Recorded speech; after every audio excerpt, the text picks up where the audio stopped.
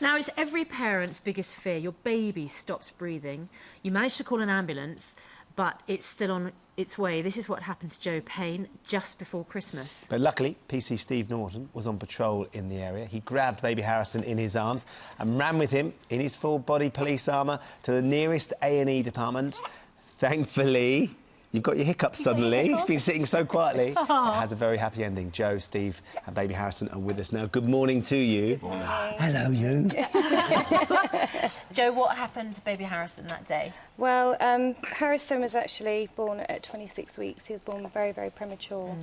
So spent the first part of his life in hospital. When I brought him home, after 2 days, I was checking on him and he was unresponsive. I went over to his cot and popped him on his side and he projectile vomited out of his nose and mouth. Oh, goodness. I picked him up immediately and then I noticed that, with a 4-pound baby, you have to look really hard to see if they're breathing. And I couldn't see him breathing. His eyes were still. So I placed him on my bed and I started to perform CPR, which I'd been taught in hospital maybe about a week before I brought him home. And you called 999? So I called 999 at the same time of trying to do the CPR. Harrison, thank goodness, started to breathe. He coughed and started to shallow breathe. And with that, I immediately ran outside, and that's when I was met with PC Steve Norton here, who was fantastic. And Steve, you were in the area and got the call from the operator. Yeah. And you turned up, and what happened? I met Jo outside on the footpath, and she just sort of trying to assess the situation, and she just sort of handed him to me and just said, "I don't know what else to do." Unfortunately, you're quite close to a hospital, so you're thinking, am I waiting for an ambulance? But actually, Steve, you took it on yourself. You thought, do you know what, I'm going to get to the hospital before the ambulance is going to get here. Yeah, that was the decision I'd made. Yeah. I couldn't see an ambulance arriving. I could see the hospital from where we were, and I thought, I've got to do something. And you grabbed him and started running? Yes. And I'd imagine that, although it's not the longest distance in the world, it would have felt like a marathon to get there in time to hand him over. It was quite a stressful run. Yeah, of course. Yeah, just to try and keep an eye on him, not drop him. Of course. Not run into a lamppost or anything like that. And he was significantly tinier, of course. He was tiny, absolutely fragile, yeah. I mean, and you're wearing, at the time, you were wearing the body armour, which you've got with you now, which weighs more than a stone in weight. With the belt as well. With the belt. So you're sort of weighed down with this tiny little baby in your hands, and presumably going through your head is just got to get there as quickly as possible. I just thought, if it was my son, I'd want to get him the help as quickly as possible. Yeah. So it was a calculated decision. What did you think, Joe, when you've handed the baby over to Steve and then he runs off? Because you're still at home by then. You've got to then get yourself to the hospital, of course. I mean, he's a police officer. I wasn't handing him over to any... I just knew that Steve would, I mean, he was amazing. He acted like a dad that day. He just... non-hesitant decision, just literally went. He didn't stand there sort of debating what to do, getting on the... he just went. Control. Yeah. We can now speak to Joanna and Andrew from their home in Derbyshire, along with, I think, somewhere Leo the dog, somewhere round and about... Oh, there he is, look, yeah. Right between them. Right between them. I thought it was a cushion. Leo, take your starring moment, for goodness sake. Let's make you loud and proud. Look, my goodness, that was heart-stopping listening to that. What was going through, first of all, your mind, Andrew, because you weren't really aware, were you, at that point, Joanna? No, I wasn't aware at all. I was totally unconscious. And I can't remember, anything. Andrew, what happened to start with? How did Leo, the dog, know that something was wrong with Joanna, and how did he then communicate that to you? Well, the dog sleeps by the side of the bed, and he basically just jumped up, and as he got up, that was when I woke up and heard Joanna's breathing, and it was at that point the old rigmarole and trauma started of calling 999 and trying to provide CPR to resuscitate Joanna. So was it that Leo sensed that something was wrong, or how do you think Leo knew? I don't know. I mean, sometimes if you're having a bad dream in the night, he'll come up to you. So whether he had the erratic breathing or not, I can't honestly say. It was 5 o'clock in the morning, so it just alerted me. I was awake at that point after he jumped up. And is he quite an intuitive dog generally? Do you feel he is very close to you? Yeah. Wherever you go, he is a bit of a shadow.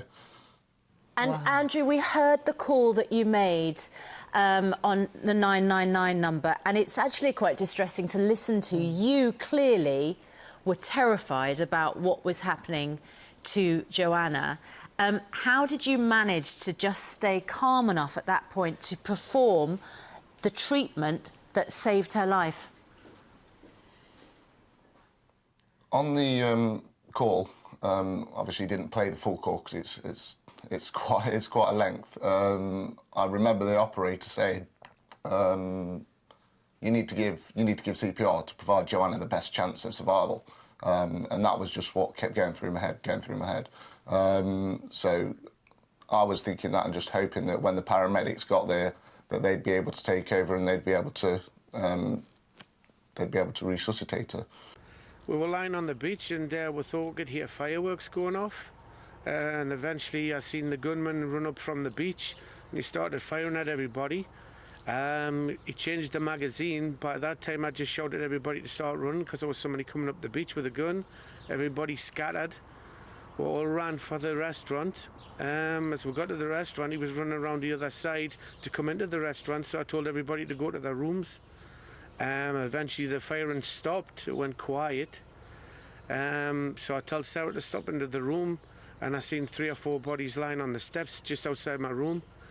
So I jumped off the top of the balcony bit, went down the steps and along the wall, went to the first body. They were dead.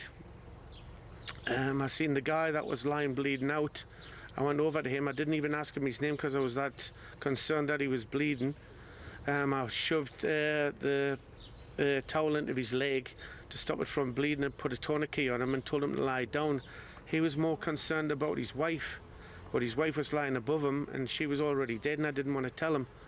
And the gunman was just around the corner, about not even 50 metres away from us. There was another lad called Keith, which was ex-army. He come round the corner, kept his head down with us while we were with the gentleman. I had to tell him to his face that his wife was dead and he was going into shock. So we happed his wife up, and the gunman was busy that meanwhile with a gun on his back with a phone taking photographs of the bodies and laughing. What? After that we ran up to the top of the building, which a gentleman was deaf, walking down shouting for his wife. Then the gunman turned around and started firing at him. I ran up.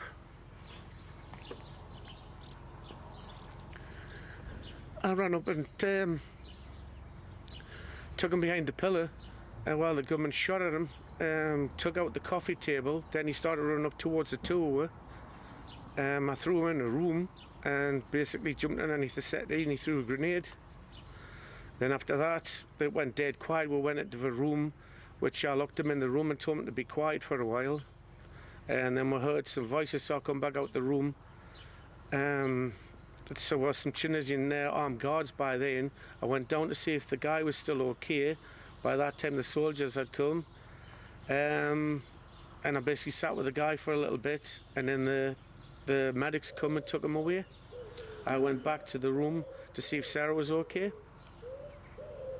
Sarah, I mean, I know, just listening to Paul and clearly the effect that this has had on you both. I know Paul used to be in the Territorial Army and he's a tough guy, but what you've both been through is unimaginable. We're going to take you back to another story that we've been reporting on this morning, a horrific accident which none of us can really comprehend. 5 members of the same family, including 2 young children, lost their lives after the car that they were in slipped off a pier on Sunday. Miraculously, though, a 4-month-old baby in the car survived after David Walsh risked his life to dive into freezing waters to reach the stricken family. And David Walsh has very kindly agreed to join us this morning, live from his home in Derry in Northern Ireland. David, first of all, thank you for what you did. It was an extraordinary act of heroism. You risked your life to go in and try and save this family. Tell me what you were doing at the exact moment that you realised there was a massive problem. At the exact moment, me and my girlfriend had been out for a bite to eat. We decided we'd go down to Buncrana, and it's a beautiful place, it was a beautiful evening. We went down for just a couple of photos on the beach.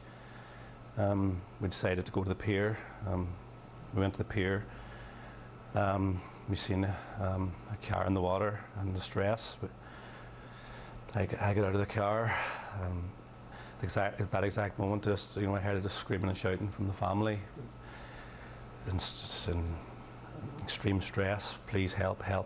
Do something. And I jumped out and I gave my phone to the girlfriend. I said, ring the Coast Guard. She gave me the encouragement then, because I was already taking my clothes off because I just had to go and help these people. So I stripped off down my boxers, and my girlfriend said, go. I ran, sprinted, jumped in the water. I didn't know how I was gonna save them. That's just how I reacted. I just headed straight for the car. In that car, David, were Sean, 46 years old, his sons, 12-year-old Mark, 8-year-old Evan, his mother-in-law, Ruth, her 15-year-old daughter, Jodie Lee. I mean, it's an awful thing that you had to deal with, and you managed to rescue the baby, didn't you? But I know that you feel a sense of, well, you shouldn't feel anything other than, everybody's extraordinarily grateful that you managed to get the baby out, but you just couldn't do anything for the others, could you, David? I tried my best.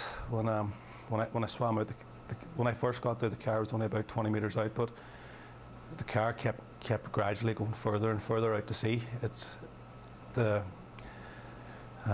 McGrady obviously was very distressed, and I think he was still hitting the accelerator in the car. I think it was acting as a propeller. The car kept going further out to sea. So, and I swam over to him. He's putting the window on when he seen there was help arriving. When he put the window on, he sat out on the ledge, and he said, I shouted, please, everybody get out of the car. Everybody has to get out of the car. The car's going to sink. He sat up on the ledge, and the water started to rush in, and he passed me the baby first of all. So I was holding the baby outside the car. He was sitting on the ledge, and the water was rushed in, as I said. One of the boys, I'm not 100% which one, he tried to get out the driver's side window. It was the only window was open. The electrics must have stopped in the car. They couldn't get any more windows open. So I grabbed his hand. I tried to get him also, but then this all happened in seconds. I had the baby, and I was kicking my legs, and I was trying to pull the kid out as well. And next thing, the water just rushed in, and the father got back in the car, and he looked at me, and he just said, "Save the baby." Next thing, gone. The car just disappeared, and the suction of the car going down. I struggled massively to get back from the surge of water. And then I just made sure I kept the baby's head above water, and I just swam back to shore. Anna Louise Bates joins us now, and her father Paul is here as well. Anna Louise, you were on the programme a little bit earlier on, and we've been overwhelmed with messages of support for you. What you've been through is unimaginable for the rest of us, and I really appreciate the fact that you've had the courage to speak out. It's important for you, isn't it, that you find some sort of strength in the darkness of what's happened through knowing that this organ donation has been so powerful and important. That is it completely. This has given me the strength to actually continue, to wake up in the morning for Elizabeth and I, and to carry on. And the support that us as a family have received since the accident has been phenomenal. Within 1 week, the charity that Stewie and I used to cycle for, To Wish Upon a Star, received £34,000 worth of donations. The following week then, we realised that this donation was really, really important, and to get the awareness.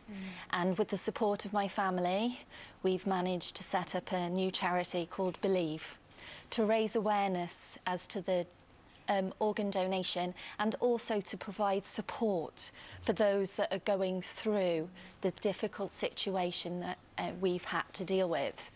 And since setting up Believe, we've managed to receive over £20,000 worth of donations for Believe.